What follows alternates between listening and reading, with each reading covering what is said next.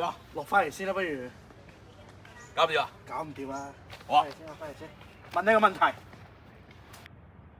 咁假如咧，我哋行下山，突然之間有條蛇出現咗。假如咋？假如嘅，係啦，係毒蛇咬咗我傷口，咁大笪嘅。哇！喂，咁你拍硬檔幫我啜咗佢出嚟得唔得先？梗係唔得啦！嚇？點解啊？吸毒犯法噶嘛？哦，又俾你講得通。喂，咁你幫我 call 個白車送去醫院得啩？都唔得。嚇？又點解咧？你運毒都係犯法噶喎。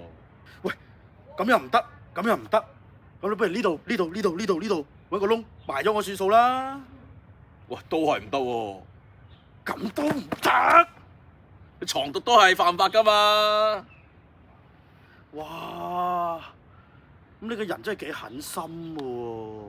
喂，不過唔係啦，話時話，有冇啲咩嘅 tips 可以過俾我？等我陣間萬一見到有蛇嘅時候，我知點算啊嘛。嗱，呢個問題就有質素啦。想知點樣避免俾蛇咬？過嚟栽我哋攀山越嶺，我哋會教你更多行山嘅樂趣，更多行山嘅技巧。快啲過嚟栽我哋啊！哇！真係有蛇啊！真係有蛇啊！咦，你咪文達？哦，原來蛇尾人嚟㗎。誒，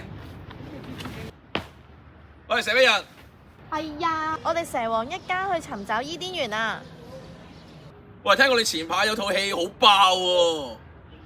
哦，如果想知我哋蛇王一家發生咩事，記得上澳門基督教新生命團契，可以睇返我哋嘅花絮。除咗蛇，仲有好多唔同種類嘅動物，有啲大過。喂，唔講啦，得飲茶啊，拜。拜。